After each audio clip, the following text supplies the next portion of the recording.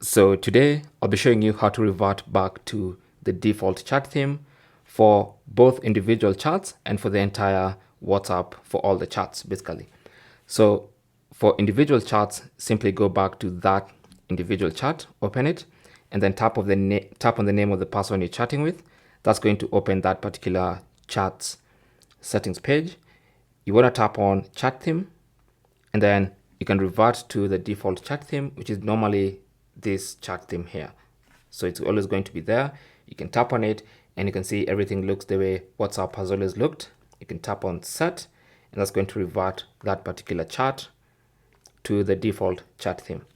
Now the other chats will still have the old default chat theme, as you can see.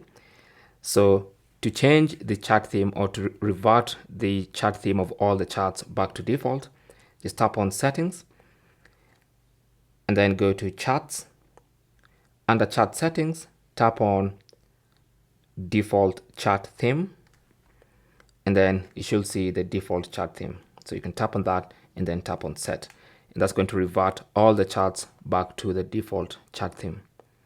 Thanks for watching. Don't forget to like and subscribe. And if you have any comments or questions, you can talk to us down in the comment section. Good luck.